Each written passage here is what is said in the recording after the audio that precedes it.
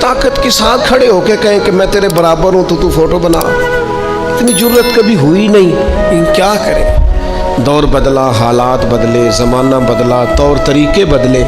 وہ کبھی لوگ مشائخ کے پاس دعائیں لینے جاتے تھے، کہتے تھے ہم آئے ہیں کوئی دعا کر دیں۔ وقت بدل گیا، 30 سیکنڈ کی ویڈیو رہ گئی۔ او خدا کے بندو، تھوڑا سا روحانی زندگی کی طرف آؤ، روحانی زندگی کی طرف۔ او بھائی دعائیں کرائیں، اپنے لیے گواہیاں پکی کریں، اپنی والدہ سے، اپنے والد سے، اپنے دادا سے، اپنے نانا سے، اپنی نانی سے، اپنی دادی سے، اپنے بہن بھائیوں سے، اپنے دوستوں سے، اپنے مرشد سے، اپنے استاد سے دعا کراؤ۔ ان سے کہو ایک دفعہ میرے لیے ہاتھ اٹھا دے اللہ کی بارگاہ میں صحیح روایت پیش کرتا ہوں، میرے نبی کریم نے فرمایا تھا عمر فاروق سے، سیدنا عمر سے، قطعی جنتی عمر جن کا حضور جنت میں محل دیکھ کے آئے، نبی کریم نے فرمایا تو عمر لوگ حج کرنے آئیں گے، جہاد کے لیے آئیں گے، اگر یمن والے لوگ آئے اور تجھے ان میں سے میرا اویس کرنی مل گیا تو عمر اس سے اپنے لیے دعا کرا لینا، عمر اویس سے دعا کرا لینا، اسے کہنا تیرے لیے دعا کر دے۔ حضرت فاروق اعظم ڈھونڈتے رہے، ملاقات ہوئی سیدنا اویس کرنی سے، کہا دعا کر دے یار میرے لیے۔ وہ ڈھونڈو، کوئی بیٹھا ہوا مجھے دور دعا دیتا ہے، میں ڈوبتا ہوں پر سمندر اچھال دیتا ہے۔ او بھائی اپنے حق میں دعائیں، التجائیں اللہ کے حضور۔ کچھ لوگوں کی عرض، میں آپ سے عرض کروں، کچھ لوگوں کو دعا لگ جاتی ہے۔ آپ کو جو آدمی بڑا چمکتا دمکتا اجلا نظر آئے نا، اس کا کبھی ماضی ٹٹولو گے نا تو کبھی کوئی اس کے گھر سے روٹی کھا گیا تو فقیر اور اس نے ذوق سے کھلائی تھی، کبھی پیچھے سے ٹٹولو گے تو کوئی روٹی کھا کے دعا کر گیا تھا، کوئی چند گھڑیاں دروازے پہ رہا تھا، اس نے نیکی کی تھی دعا کر گیا تھا۔ کبھی ٹٹولو گے، ڈھونڈو گے تو بیمار ماں نے کسی کو دعا دی تھی کہ پتر اللہ تیرے اوپر فضل کرے، کسی کے بوڑھے باپ بیمار نے دعا دی تھی اللہ تجھے کسی کا محتاج نہ کرے، کسی نے دعا دی تھی۔ وہ دعا ہے جو اس کے دائیں بائیں آگے پیچھے چلتی ہے۔ حضرت مولا علی شیر خدا رضی اللہ تعالیٰ عنہ گرمیوں میں بھی موٹے کپڑے پہن کے پھرتے تھے، لوگوں نے کہا حضور سخت گرمی اور پھر آپ تو بڑے دلیر آدمی، جوان اور گرمیوں میں بھی موٹے کپڑے۔ فرمانے لگے نبی کریم نے دعا دی تھی کہ اللہ علی کو موسم کی شدت سے بچا کے رکھنا، موسم کوئی بھی ہو علی پہ اثر ہی نہیں کرتا، شیر خدا پہ اثر ہی نہیں ہوتا، موٹے پہن لوں پتلے پہن لوں، اللہ میرے جسم کو موسم کی شدت سے محفوظ رکھتا ہے۔ اپنے لیے دعائیں سمیٹ، چکروں میں نہ پڑھیں، وہ جی سب کی اللہ سنتا ہے، کس نے کہا نہیں سنتا؟ لیکن کچھ ایسے ہیں جو ہاتھ اٹھا دینا تو رب کریم قبولیت سے فرماتے ہیں دیر نہ کرنا، ذرا جلدی جانا، قبولیت سے اللہ کہتا ہے۔ کچھ ایسے ہیں جو ہاتھ اٹھا دینا ہاتھ تو اللہ تعالیٰ مرحوم خورشید گیلانی سے اللہ تعالیٰ ان پر فضل کرے۔ کچھ تھوڑا ربط رہا، انہوں نے نا ایک جملہ اپنی والدہ کے لیے کہا تھا، کہنے لگے میری اماں ان پڑھ تھی، اپلے تھاپتی تھی اور ان کا آنچل دوپٹہ بھی کئی دفعہ میلا رہتا تھا، پر مرحوم گیلانی صاحب کہتے ہیں میری ماں کبھی میلا دوپٹہ بھی سامنے کر کے اللہ سے میرے لیے رحمت مانگتی تھی تو مجھے لگتا تھا مالک نے فضل فرما دیا۔ بھائی اپنے لیے رحمت، اپنی والدہ سے، والد سے، بوڑھوں سے، بزرگوں سے دعائیں لیں۔ کچھ دعائیں ایسی ہوتی ہیں جو کرم کر دیتی ہیں، جو آسانی۔ اور ایک دوسرا پہلو بھی ہے، کبھی کسی بندے کو اتنا تنگ نہ کرنا کہ وہ اتنی تکلیف میں آئے کہ وہ خود تو کچھ نہیں کر سکتا، ماڑا ہے، لیکن پھر وہ رات کو اپنے رب کی بارگاہ میں بیٹھ کے کہے کہ تو حاکم و عادل ہے مگر تیرے جہاں میں ہے تلخ بہت بندہ مزدور کے اوقات۔ پھر ایسا نہ ہو غریب ہے، ماڑا ہے، خود تو کچھ نہیں کر سکا، پھر اللہ کی بارگاہ میں تیری شکایت کرے، ایسا نہ کرنا۔ میرے نبی پاک علیہ السلام کے درویش صحابی تھے حضرت سعید بن زید، رضی اللہ تعالیٰ عنہ، فقیر فاقہ مست حضرت عمر رضی اللہ تعالیٰ عنہ کے قریبیوں میں سے تھے. ایک عورت نے الزام لگا دیا زمین کے قبضے کا. میں کیسے آپ سے کہوں کہ جب لوگ کسی ایسے شخص پر جس نے زندگی ساری دیانتداری سے گزاری ہو لوگ الزام لگاتے ہیں نا، تو یہ بھی نہیں سوچتے ہم بات کس کے بارے میں کر رہے ہیں. کھلی ہوئی زبان ہوتی ہے، جو مرضی کہہ دیتے ہیں. حضرت سعید ابن زید پر الزام لگا دیا. اتنا بڑا آدمی، محبوب کا صحابی، اور عورت نے الزام لگا دیا. اور جب اللہ والے بد دعا دیتے نہیں، لیکن جب کوئی تکلیف اتنی دے، کلیجہ پھٹ جائے، پھر بندہ کیا کرے؟ وہی بات کہ اب وہ کچھ کہہ نہیں سکتے تھے، ایک عورت پر کس طرح کوئی بات ہو سکتی تھی؟ دونوں ہاتھ اللہ کی بارگاہ میں اٹھائے، یہ صحیح حدیث میں موجود ہے. دونوں ہاتھ اللہ کے حضور اٹھا کے عرض کرنے لگے، مالک اگر یہ عورت جھوٹی ہے نا تو پھر اسے اندھا کر دے اور اس کی قبر اس کے گھر میں بنا دے. صحابہ فرماتے ہیں کہ حضرت سعید ابن زید کا تو وصال ہو گیا، زمانہ گزر گیا، لیکن ہم نے پھر اس بی بی کو اندھا ہوتے دیکھا ہے. پھر اس کے گھر میں کنواں تھا اور ہم نے اسے اپنے ہی گھر کے کنویں میں گر کے مرتے ہوئے بھی دیکھا ہے. اس لیے کہ جب آپ کسی کو تکلیف دیتے ہیں، جب آپ ستاتے ہیں، جب آپ وہ بات کرتے ہیں جو اس بندے میں موجود نہیں ہے، جب آپ جھوٹ بولتے ہیں اپنے نفس کی تسکین کے لیے، جب آپ زیادتی کرتے ہیں صرف اپنی انا کے لیے، تو پھر بعضوں کا دعائے ضرر نکلتی ہے منہ سے. دعائے ضرر، اور یہ رد عمل کے طور پر نکلتی ہے. نبی پاک رحمت للعالمین ہے، لیکن جب حضور گزرے نا ایک دن طواف بیت اللہ شریف کر کے، تو کفار نے پھبتیاں کسی، بار بار بلا بلا کا. ایک طواف بھی حضور نے کر لیا، دوسرا بھی کر لیا، تیسرا بھی، اور پھر انہیں اوجڑیاں ڈالی، کئی تکلیفیں دی. تو اس وقت حضور نے پھر دعا کی تھی، اے اللہ گن لے ان لوگوں کو، گن مالک ان بندوں کو، یہ اتنی تکلیف دیتے ہیں. حضرت صدیق اکبر فرماتے ہیں وہ جن کے لیے محبوب نے اس دن دعا کی تھی وہ چن چن کے بدر میں قتل ہوئے، سارے گن گن کے وہ لوگ قتل ہوئے. کیوں ہم کسی کو اتنا ستائیں کہ اس کے منہ سے پھر ایسے جملے نکلیں جو ہم سے سنبھالے نہ جا سکے. حضرت سعد بن ابی وقاص، بخاری مسلم دونوں میں حدیث، حضرت عمر نے انہیں کوفے کا گورنر بنایا تھا، حاکم بنایا تھا. کچھ لوگ حسد کی وجہ سے نیک لوگوں پر تنقید کرتے ہیں، اپنے ذاتی حسد کی وجہ سے اللہ کے بندوں کو ستاتے ہیں، پھبتیاں کستے ہیں، زبانیں کھولتے ہیں. اور آپ فرماتے ہیں جس نے میرے ولی سے دشمنی کی میرا اعلان جنگ ہے. حضرت فاروق اعظم رضی اللہ تعالیٰ عنہ نے حضرت سعد بن ابی وقاص کو حاکم بنایا کوفے کا. تو کچھ لوگوں نے شکایتیں کی تو حضرت عمر نے کہا جاؤ پتہ کرو جا کے. معلومات کی تو ہر بندہ کہنے لگا اتنا اعلیٰ تو بندہ ہو ہی نہیں سکتا جتنے حضرت سعد بن ابی وقاص ہے. ایک بندہ کھڑا ہوا، صرف ایک.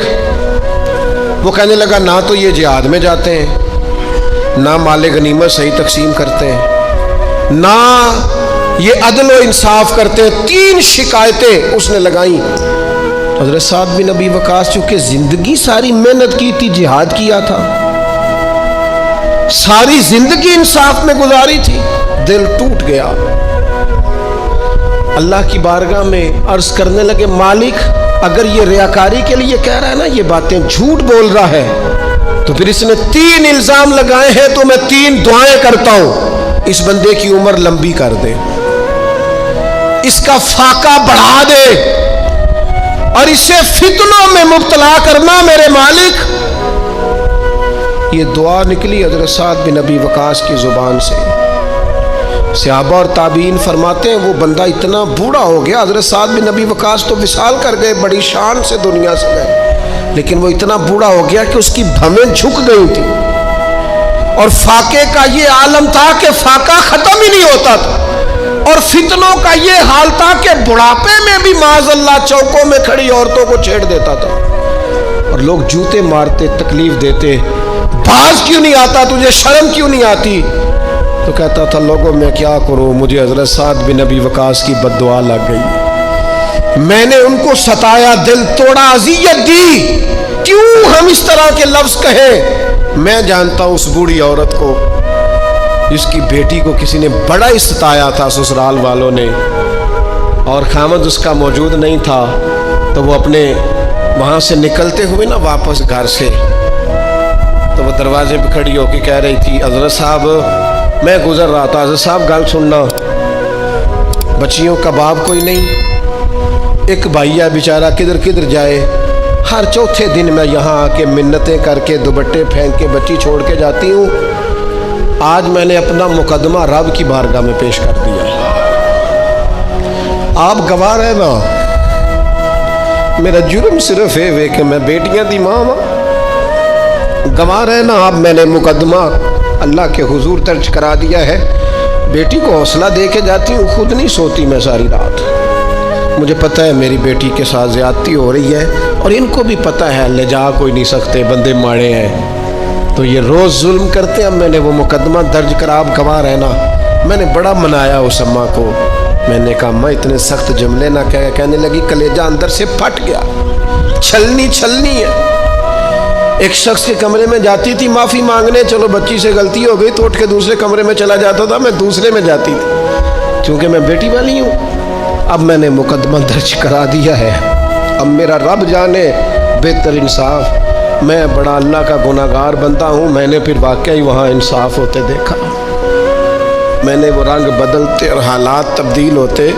دیکھے، یہ یاد رکھنا زندگی خود بھی گناہوں کی سزا دیتی ہے، یہاں بھی زندگی خود بھی گناہوں کی سزا دیتی، یاد رکھنا، ذرا احتیاط سے منہ کھولنا کسی کے بارے میں، اللہ کے بندوں کے بارے میں اپنی زبانیں ذرا احتیاط سے کھولنا، ذرا خیال کرنا، کسی غریب کے بارے میں جملے سوچ کر بولنا، کسی کمزور کا مذاق اڑانا تو معاذ اللہ ذرا ہوش کرنا، اللہ سے ڈر کے بات کرنا، اس لیے کہ بڑی جلدی انصاف کا وقت آنے والا، بڑی جلدی حالات بدلنے والے ہیں، تلک الایام نداولھا بین الناس، اللہ لوگوں کے درمیان دن بدل دیا کرتا ہے، پھر لوگوں کو جگہ نہیں ملتی چھپنے کی، رخ چھپانے کی، دو ہی باتیں آج آپ کے سامنے رکھی ہیں، ایک تو نیکوں سے دعا لے لو، اللہ والوں سے دعا لے لو، ماں باپ سے دعا لے لو، بزرگوں سے دعائیں،